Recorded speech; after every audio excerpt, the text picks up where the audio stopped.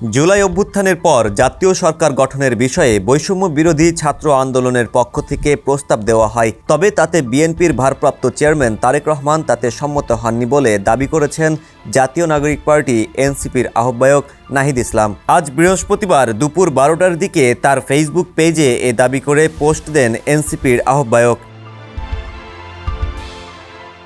Nahid Islam Facebook পোস্টে লেখেন, BNP মহাসচিব মির্জা ফখরুল ইসলাম সম্প্রতি একটি সাক্ষাৎকারে বলেছেন, জাতীয় সরকারের কোনো প্রস্তাবনা ছাত্রদের পক্ষ থেকে তাদের দেওয়া হয়নি, তারা অন্য মাধ্যমে এ প্রস্তাবনা পেয়েছিলেন। এ বক্তব্যটি সত্য নয়। 5 আগস্ট রাতের প্রেস ব্রিফিংয়ে আমরা বলেছিলাম আমরা অন্তর্বর্তীকালীন জাতীয় সরকার করতে চাই। তিনি আরও জানান, সেই প্রেস ব্রিফিংয়ের পরে বিএনপির ভারপ্রাপ্ত চেয়ারম্যান তারেক রহমানের সঙ্গে আমাদের ভার্চুয়াল মিটিং হয়।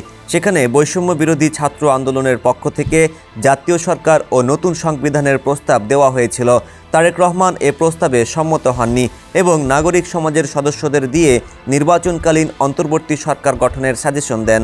আমরা ডক্টর মোহাম্মদ ইউনূসের কথা বলি প্রধান উপদেষ্টা হিসেবে।